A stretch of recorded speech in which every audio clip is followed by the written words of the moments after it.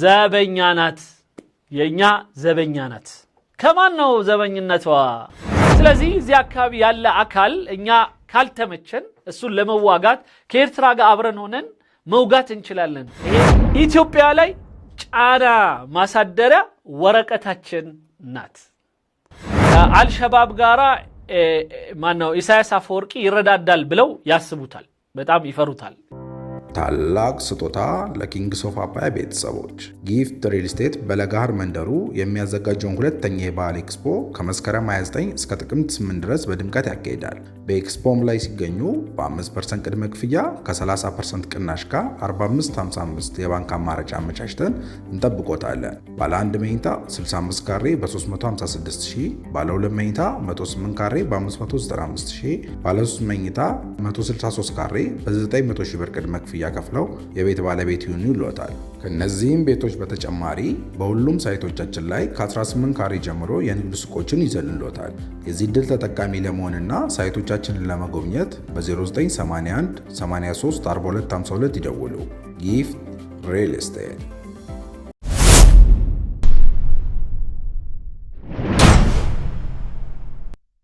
እኛ ከኤርትራ ምን እንፈልጋለን? ይሄ ነው ዋናው። كيرترا እኛ ምን እንፈልጋለን يعني إريتريا أولا التنسيق المقصود به أساسا هو تأمين مدخل البحر الأحمر إرترا ጋር እኛ መግባባታችን ኤርትራ ጋር ያለን ተንሲቅ ማለት የስትራቴጂ አብሮነትና እየሰራንበት ያለበት ሂደት ምንድነው የቀይ ባህር መግቢያ መውጫውን ማስጠበቅ ነው ማስከበር ነው ዘበኛ ናት የኛ ዘበኛ ናት ከማን ነው ዘበኝነቷ ሰማለን وايضا اتاحه الفرصه لاستخدام هذا التعاون كورقه ضغط على اثيوبيا በዚህ በኩል ኢትዮጵያ ላይ ጫና ማሳደሪያ ወረቀታችን ናት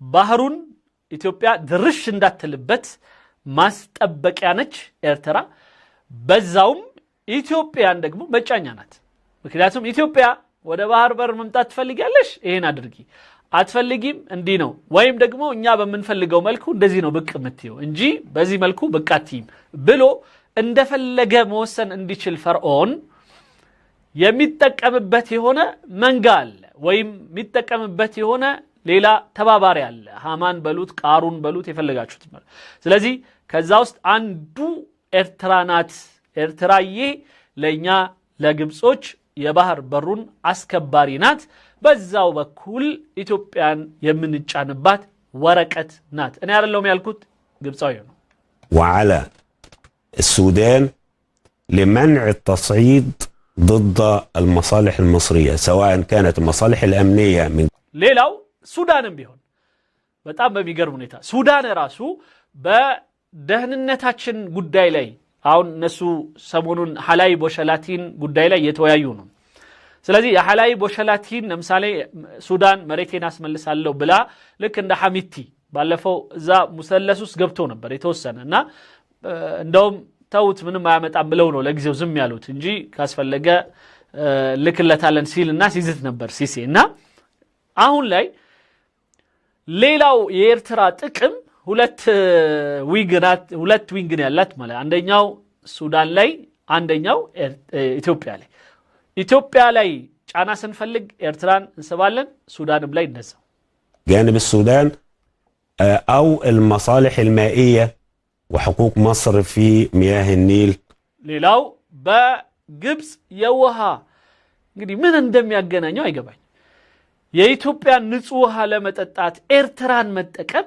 ምን የሚሉት አባዜ እንደሆነ አይገባኝም ግን ሰርቷል ከዚህ በፊት አሁንም እየሰራ ነው ኢትዮጵያን ከባህር ስትነጥላት ከዛ በኋላ በኤርትራ በኩል ወንበዴዎችን መርዳት ስትችል ልክ ጠቅላይ ሚኒስትር መለስ ዜናዊ ሲሉት እንደነበረው ማለት ነው ከኤርትራ እስከ ሞቃዲሾ የተዘረጋ ሴል አለ ኢትዮጵያን ለማተራመስ ብለዋል እውነታቸው ነው ምክንያቱም በምስክር እና በስለላ በደንብ የሰሩ ሰዎች እንደነ ፋቲህ አልዑርዋ ሌሎችም በደንብ ነግረውናል እነነ ሐሰን الترابي ምን ያህል ታንክ እንደሰጧቸው ምን ያህል እንትን እንደሚረዱ ሌላው ቀርቶ በሁስኒ ሙባረክ ላይ የነበረውን የግድያ ሙከራ ሲያደርጉ የረዷቸው የሱዳን ደህንነቶች ናቸው የሱዳን ባለስልጣኖች ናቸው ኢቭን ባለስልጣኑን ጥሰው አልበሽርን ጥሰው ማለት ግን ደህንነቶች ምናምን ናቸውና አልፋቲህ ዑርዋ እንደነገሩን ማለት ስለዚህ ኢትዮጵያ ውስጥ ማንኛውንም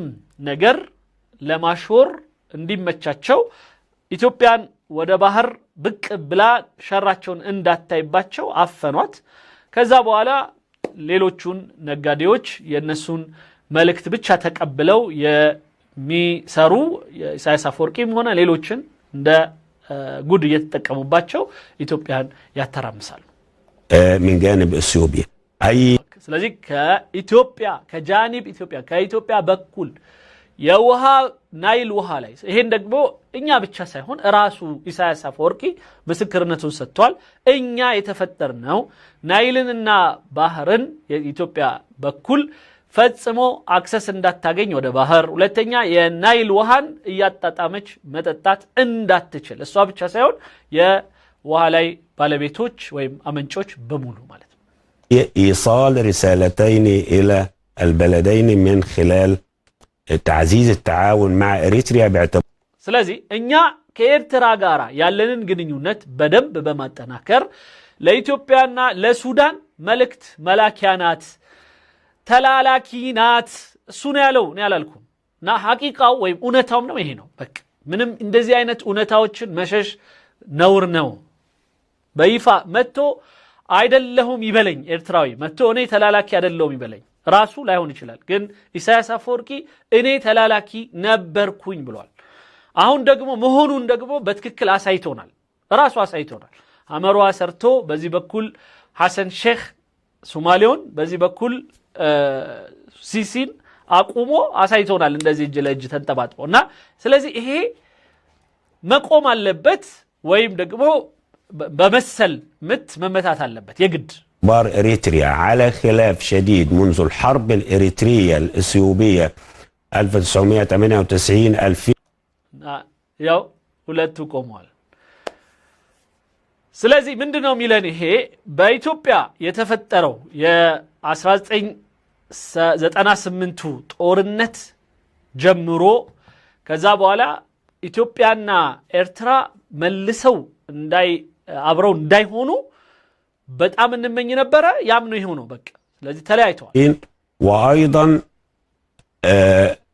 مع بدايه فتور في العلاقات مع السودان نتيجه التقارب እንደዚሁም የኛና የሱዳን ግንኙነት ጋፕ ሲገጥመው ፉቱር ማለት ችግር ሲገጥመው እና መቃቃር ወይ መለያየት ሲፈጠር ያኔ ኤርትራዬ ነይ ተባለና ተሰነቀራለች አሳዛኝ ነገር ነው ይሄ በይፋ እየነገሩን ኤርትራዬ የነገሩሽ አንቺን ምንፈልግሽ ከሱዳን ጋር ስንጣላ ከኢትዮጵያ ጋር ስንጣላ ነው ምንፈልግሽ ነይ ተንቀዝቀዥ ትባያለሽ እዚህ ስር ተሰነቀራለሽ እዛ ስር ተሰነቀራለሽ እንደዚህ መባል በአንድ ተንታኝ ማለት በተለይ ይሄ ሰውዬ العلاقات المصريه الارتريه ላይ ጥናት ያደረገ አማካሪ በእንትን ላይ በግብጽ ፖለቲካ ውስጥ ይሄንን ይላል በቃ ዋጡት الخاص بين السودان واثيوبيا نتيجه التقارب الخاص بين السودان واثيوبيا ስለዚህ በማንኛውም ሁኔታ ሱዳንና ኢትዮጵያ ተቀራርበው ችግር ፈጥራለው ሲሉ ኤርትራዬ መሃል ትገቢያለሽ ይሄን ነው የሚለው እሱ ነው የሚለው وربما أيضا بضغط من الولايات المتحدة التي على خلاف شديد مع السياسي أفورقي بخصوص سياساته منذ الحرب الإريترية الإثيوبية هي وقفت مع إثيوبيا ضد إريتريا سلازي ليلاو يرترا የኢትዮ አሜሪካ ግንኙነት እንደሚታወቀው በኤርትራ ላይ በጣም ጫና ነበረ የአሜሪካው አካል ምክንያቱም ዲሞክራት ሀገር ነው ብሎ አያምንም ኤርትራን ስለዚህ ሁሉ ጫና አለባቸው ስለዚህ እኛ ይህንን ደካማ ጎን ተጠቅመን በዛ ቦታ እኛንን ምንደፍነው ማለት ነው እነሱ ራሳቸው ከአሜሪካ ጋር ነው የሚሰሩት ግን ግብጽን ምንድነው ኤርትራን ግን ስለሚፈልጓት ኢቭን አጌንስት የአሜሪካ ፍላጎት ቢሆንም እንኳን ሰርተው ኤርትራ ጋር አብረን እንሰራለን ይላል። واعتبرت إريتريا بمثابة دولة نشاز في القرن الأفريقي لا تتعاون مع المصالح الأمريكية. بتلي أمريكانوش إرترا مالت كمان نمجا يما تتبابر نشاذ ويم شاذ مالت وضع يالج مالت بقى منم لما نم ما تتعزز يونش ارقتنو على متعززنا دبلوماسيون فترو كليلوش قار فتابلو ሀገሩንም ፈታ ማድረግ ሁለቱ የተለያዩ ናቸው። በነገራችን ላይ አንድ ረዘም ያለ ስለሆነብኝ ነው የተውኩት። እዚህ ጋር ይሄ ሰውዬ ነው ይሄ ኤርትራዊ ነውና በኤርትራ ጉዳይ ላይ እየተወያየ ኤርትራ ውስጥ ያለ ሰው እስረኛ ነው፣ ሲወጣ ደግሞ ስደተኛ ነው፣ ተመልሶ አይመጣም ሀገሩ ላይ። እንደው ይሄ ሰውዬ ምናልባት እድሜው አሁን በጣም ሄዶልናል 2 ዓመት ቀረው የሚል ርዕስ ይዘው ነው የገቡት እነዚህ ሰዎች። ውይይት ነው። ታላቅ ስጦታ ለኪንግስ ኦፍ አባያ ቤተሰቦች ጊፍት ሪል ስቴት በለጋሃር መንደሩ የሚያዘጋጀውን ሁለተኛ የባህል ኤክስፖ ከመስከረም 29 እስከ ጥቅምት 8 ድረስ በድምቀት ያካሂዳል። በኤክስፖም ላይ ሲገኙ በ5% ቅድመ ክፍያ ከ30% ቅናሽ ጋር 4555 የባንክ አማራጭ አመቻችተን እንጠብቆታለን። ባለ 1 መኝታ 65 ካሬ በ356000፣ ባለ 2 መኝታ 108 ካሬ በ595000፣ ባለ 3 መኝታ 163 ካሬ በ900000 ብር ቅድመ ክፍያ ከፍለው የቤት ባለቤት ይሁኑ ይሏታል። ከነዚህም ቤቶች በተጨማሪ በሁሉም ሳይቶቻችን ላይ ከ18 ካሬ ጀምሮ የንግድ ሱቆችን ይዘንሎታል። የዚህ ዕድል ተጠቃሚ ለመሆንና ሳይቶቻችንን ለመጎብኘት በ0981 83 4252 ይደውሉ። ጊፍት ሪል ስቴት። በኤሪ ኒውዝ ይላል የኤርትራ ኒውዝ 24 የሚባል አንድ ፕሮግራም አለ። አፋክ የሚል እንትን ነው፣ ፖድካስት ነው። እዛ ላይ ይህ ሰውዬ በቃ በትክክል እንደው ከዚህ በኋላ ቢያስተዳድር የኢሳያስ አፈወርቂ መንግስት ምናልባት 2 ዓመት ነው ያለው፣ ግን ለዛ የተዘጋጀ ኃይል የለም። ሌላው ቀርቶ ህብረተሰቡ ኢቭን መጨቆኑን ዝም ብሎ ተቀብሎ አርፎ እየኖረ ያለ ሰው ነው ብሎ በጣም ህብረተሰቡን የሚወቅስበት አንድ ቪዲዮ ነው። ምናልባት አስፈላጊ ከሆነ እናየዋለን። ግን የውስጥ ጉዳያቸው ስለሆነ በተለይ ከተቃዋሚ ከኤርትራ ምናምን አሁን ላይ የኛ ደግሞ ግንኙነት ከኢትዮ ኤርትራ ጋር በተያያዘ ትንሽ ችግር ያለበት ስለሆነ የውስጥ ጉዳያቸውን ብዙ ማቡካት አልፈልግም፣ ብዙ ማውራትም አልፈልግም። ምክንያቱም በሌላ እንዳይተረጉሙት ስለምፈራ። ለማንኛውም እንስማው። نتيجة هذا التقارب، نتيجة هذا الموقف، أعتقد أن الولايات المتحدة أوعزت إلى الخرطوم لاتخاذ موقف أكثر حزما مع الحكومة الإريترية. ስለዚህ አሁን ላይ ይላል ሱዳንና አሜሪካ ቅርርባቸው የተሻለ ሆኖ ኤርትራን በተመለከተ ባለ ችግር እንደ አንድ መጫኛ ሱዳንን እየወሰዷት ነው። ስለዚህ ሱዳንና ግብጽ ወጣ ገባ ያለ ግንኙነት ያላቸው፣ ስለዚህ እንደፈለጉ ነው እና ግን ሱዳኖቹ ከተበቱ ኤርትራዎች ይላኩባቸዋል ማለት ነው። ومع النظام الإريتري خاصة فيما يتعلق بالمهاجرين غير الشرعيين الذين يتدفقون من إريتريا عبر الأراضي السودانية ومن ሌላው በተለይ ደግሞ ከኤርትራ በሱዳን በኩል ስለሚሸሹ ሰዎች በተመለከተ ኢሳያስ አፈወርቂ ሁሌ ከሱዳን ጋር ጥሩ ግንኙነት የሚያደርገው ኤርትራውያኖቹ ወጥተው እንዳያልቁበት ስለሚፈራ፣ ምክንያቱም ምንም ነገር ስለሌለ ኤርትራውያኖቹ እየወጡ ሰሞኑን አንድ ውይይት ነበር። በነገራችን ላይ አንድ ሀገር መሰረታዊ የሆነ እንትኖች አሏት እና መሰረታዊ አገር የሚያስብላት ነገር አለ። ከዛ ውስጥ አንዱ ህብረተሰቡ በቃ አገሬ ነው ብሎ እንዲኖር የሚያደርገው ነገር ነው ይላል እና ከዛ አኳያ ኤርትራ ሀገር ናት። በዚህ ጉዳይ ላይ ሲታይ ሁሉም ሰው ምናልባት 90% ቢጠየቅ መውጣት የሚፈልግ ነው። ምክንያቱም ሌላው ዓለም ምን እንደሚመስል በትንሹም ቢሆን ይሰማል። በምናምን ጊዜ በወር አንዴ ምናምን ጠብቆ የሆነች ዋይፋይ ለ5 ደቂቃ ቢሆን የሚያይበት ሁኔታ ከተፈጠረ ሌላ ዓለም እንዳለ ያውቃል። ከጣሊያን ከሰራት ኤርትራ ውጪ ሌላ ሀገር እንዳለ ስለሚያውቅ መሄድ ይፈልጋል ነው። ስለዚህ ይሄ የነሱ ውይይት ነው። ምናልባት እኔ እንዳልኩት በውስጥ ጉዳዩንም ገባው እንደ መግባት አልፈልግም። منها إلى ليبيا ثم إلى جنوب أوروبا ስለዚህ የኤርትራውያኖቹ ከሱዳን በኩል በሊቢያ አድርገው ወደ ጣሊያን ወደ አውሮፓ ወደ መሳሰሉት ይሄዱባቸዋል። ስለዚህ ከሱዳን ጋር ያላቸው ግንኙነት ግዴታ ልክ ባለፈው እንዳየነው ባሌላቸው መርከብ እንደምንም መሳሪያ ጭነው ሄደው ለሱዳን ሲያበረክቱ አይተናል ኤርትራውያኖቹ። እና ግን ኤርትራውያኖቹ ናቸው ወይስ ሱዳን ማነው ግብጽ ናት የሰጠችው? እሱን አናውቅም። እኔ ግብጽ እንደምትሆን ነው የምገምተው፣ ምክንያቱም ኤርትራ ከየት አምጥታ ትሰጠዋለች? ስለዚህ ግብጾች ደግሞ ለሱዳን በቀጥታ መርዳት የማይፈልጉት ለምንድን ነው? ኢማራቶች ጋራ መጣላት አይፈልጉም።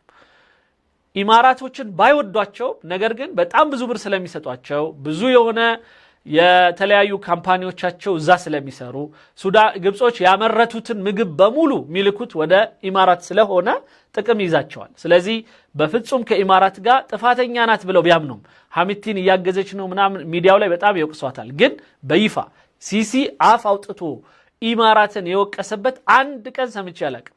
ባለፉት 6 ዓመት በጣም በዚህ ጉዳይ ላይ ዲፕ ስሰራ ነበረ። ግን አንድ ቀን ሲሲ አፉን በኢማራት ላይ ሲከፍት አላየሁትም። እንደዛውም በሳውዲ ላይ ምክንያቱም ወደ ስንት ነው የሰጧቸው? 42 ቢሊዮን ዶላር ሰጥተውታል። ከዛ ከግብጽ ምንድነው ከሳውዲ ከምናምን ጋር ሲደመር ደግሞ 100 ምናምን ቢሊዮን ዶላር ነው የሰጡት ባለፉት 10 ዓመት ብቻ ማለት። ከዛ ደግሞ እዛ ሄደው በተለያየ ካምፓኒ የሚሰሩት ደግሞ ብዙ ነው። የሳውዲ ብቻ ወደ 7000 ካምፓኒ አለ። ኢማሬት ውሃ ሁሉ ይገዛሉ።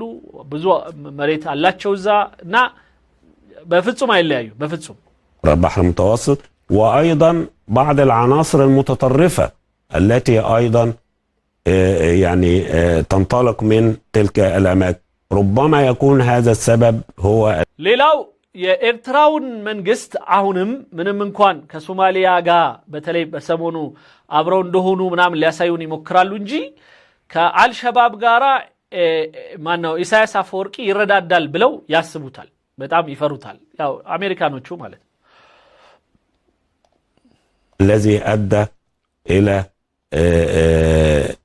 الفتور الذي حدث بين البلدين. وطبعا نتيجة التطورات بمجملها اقتضت الحاجة تعاونا أكبر بين مصر وإريتريا لمواجهة هذه. ስለዚህ በአጠቃላይ ይላል ነገሮችን በዛም ማልን በዚህ በእኛ እንደ ግብጽ ኤርትራ የምታስፈልገን ሱዳንና ግብጽን ማነው ሱዳንና ኢትዮጵያን ለመከላከያ ነው። በቃ الأوضاع. أنا هسأل نفس السؤال يا أستاذ عطية ولكن بمفردات أخرى. نعم. كويس؟ አሁን ራሱን ጥያቄ ጠይቃለሁ ግን በሌላ አይነት መልኩ لغرض في نفسي يعني. نعم. እኔ ውስጤ አንድ ሐሳብ ስላለ بالتأكيد بعد ما يعرف بصفقة سواكن القاهرة غير مرتاحة، على الأقل القاهرة غير مرتاحة لوجود قوات تركية بدعم قطري على البحر الأحمر. نعم. طبيعة الحال القاهرة. ኦኬ አንድ ግልጽ የሆነ ነገር አለ ይላል። ያው ግብጾች ምቀኝነታቸው እና ይሄ ውርውራቸው ከኢትዮጵያ ጋር ብቻም የተያያዘ አይደል፣ ከቱርክም ጋር እንደዛው ነው። ከቱርክም ጋር ሁሌ እንደተናነቁ ነውና ግብጽ ማነው ቱርኪያ ሱዳኖች ሰጥተዋቸዋል ቦታ፣ ሶማሌዎች ቦታ ሰጥተዋቸዋል እና ቀይ ባህር ላይ በደንብ እየኖሩ ነው። تحترم سيادة الدول، لم تتدخل ولم تعترض، لكنها لا ترحب بذلك. نعم. ምንም እንኳን ቱርኪያ ላይ ድንበር አልፈው መናገር ባይችሉም ግን አይወዱትም እና ባህር ላይ መምጣታቸውን እኛ አንወደውም ይላል በግልጽ። هل ما يقال عن تنسيق عسكري مصري إريتري كرد على خطوة جزيرة سواكن هو أمر وارد؟ ኤርትራና ግብጽ አንድ ላይ ወታደራዊ ሽርክና ይዘው በቱርኪያ ላይ ጦርነት ለመክፈት ወይም አንንም ሌላ አካል ላይ ለጦርነት ለመክፈት ይችላሉ?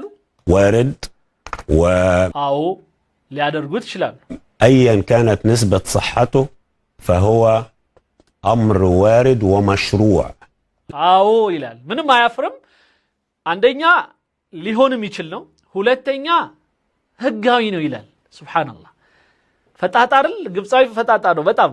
ምክንያቱም በቃ ይሄ ባህር አልአህመር የኛ ነው ብሎ ስለሚያስቡ ከኤርትራ ጋር ሆነው ስለዚህ እዚህ አካባቢ ያለ አካል እኛ ካልተመቸን እሱን ለመዋጋት ከኤርትራ ጋር አብረን ሆነን መውጋት እንችላለን። ይሄ ህጋዊም ነው እንደገና ሊደረግም ይችል ነው ይላል። ቱርኪያን እስኪ ሞክሯት፣ ቱርኪያን አይሞክሩም በፍጹም። لأنك لا تتعاون مع جماعة إرهابية ولا مع نظام غير شرعي وإنما مع دولة. ምክንያቱም ይላል እኛ እየተባበርን ያለነው ከኤርትራ ጋር ነው፣ ከአልሸባብ ጋር አይደለም፣ ወይም ከሆነ ከሁቲ ጋር ምናም ከጥፋተኛ ከሚባሉት ወይም ደግሞ በዓለም አቀፉ ጽንፈኞች ተብለው ከተመደቡ አካሎች ጋር አይደለም የተዋሃድን ያለነው። ስለዚህ ኤርትራ አገር ብትባል ናት። ስለዚህ ከሷ ጋር ምንም ችግር የለም። ذات سيادة والتعاون ሉዓላዊት ሀገር አገሪት ሉዓላዊት ሀገር ስለሆነች ብቻ ከሷ ጋር ሆነው ኢትዮጵያን መውጋት ይችላሉ፣ ቱርኪያን መውጋት ይችላሉ። በእነሱ ይሄ የደከመ ጭንቅላታቸው ማለት ምንም እንኳን በተግባር ባያደርጉት عسكري مطروح أو مشروع بين أي دولة ودولة أخرى. ስለዚህ ልና ቱርኪያ ብቻ አይደለም ሌላም ሀገር ለመውጋት በፈለግን ጊዜ ከኤርትራ ጋራ እንደ ሀገር ስለሆነች ከሷ ጋራ ሽርክና ፈጥረን በዚህ በቀይ ባህር ላይ የኛ ፍላጎት የሌለበት የሆነ አካል ጋር የመዋጋት መብት አለን ይላል። بشرط ألا يستخدم في الاعتداء طبعا وليس الدفاع عن النفس. هناك فرق كما ስለዚህ እኛ እዚህ ላይ ይሄንን የምናደርገው ራስን መከላከል በሚል ስም ነው ይላል።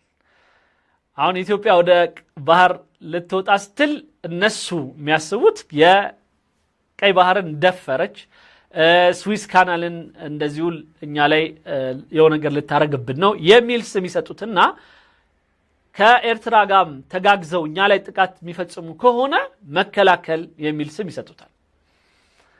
ያው እንግዲህ የፈለከውን ስም ሰጠ እንደፈለክ ያው የሊበሏት ያሰቧትን አሞራ ጅግራነሽ ይሏታል እንደሚባለው ጅግራነሽ ብሎ ይበላል ማለት ነው አሞራ።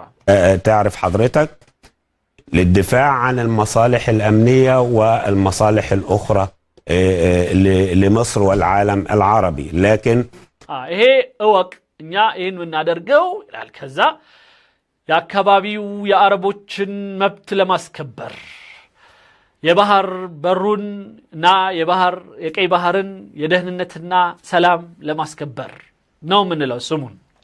الذي يمكن الرد عليه هو إذا استخدم هذا التقارب أو التعاون العسكري بين مصر وإريتريا في الاعتداء بلا مبرر على إثيوبيا أو على وهذا لم يحدث قط. ስለዚህ እኛ ሱዳንም ሆነ ኢትዮጵያ ላይ ሄደን መጀመሪያ እስካልጀመርናቸው ድረስ የመጡት ራሳቸው ስለሆኑ እና ያው ይሄን ብለህ ነው ምትዋጋው ከኢትዮጵያም ጋር ሆነ ከሱዳን ጋር هذا غير وارد. مصر لم تقم به يوما. غير وارد. ግብጽ አንድ ቀንም የሰው ሀገር ወራ አታውቅም። ከሰው ጋር ሶማሌ ሄደች እንጂ ተንቀሽቅሻ ኢትዮጵያ ላረገችው ስምምነት ሶማሌ ድረስ ትሄዳለች። ከዛ የታሉ ገዛዎችስ ምናምን ሲባል አይ እስራኤል አልፈቀደችልኝም ትላለች።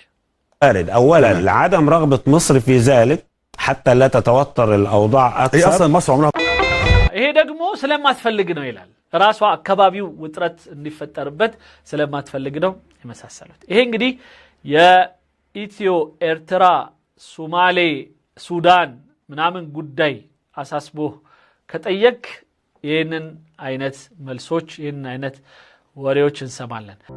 ታላቅ ስጦታ ለኪንግስ ኦፍ አባያ ቤተሰቦች ጊፍት ሪል ስቴት በለጋሃር መንደሩ የሚያዘጋጀውን ሁለተኛ የባህል ኤክስፖ ከመስከረም 29 እስከ ጥቅምት 8 ድረስ በድምቀት ያካሂዳል። በኤክስፖም ላይ ሲገኙ በ5% ቅድመ ክፍያ ከ30% ቅናሽ ጋር 4555 የባንክ አማራጭ አመቻችተን እንጠብቆታለን። ባለ 1 መኝታ 65 ካሬ በ356000፣ ባለ 2 መኝታ 108 ካሬ በ595000፣ ባለ 3 መኝታ 163 ካሬ በ900 ሺህ ብር ቅድመ ክፍያ ከፍለው የቤት ባለቤት ይሁኑ ይሏታል። ከነዚህም ቤቶች በተጨማሪ በሁሉም ሳይቶቻችን ላይ ከ18 ካሬ ጀምሮ የንግድ ሱቆችን ይዘንሎታል።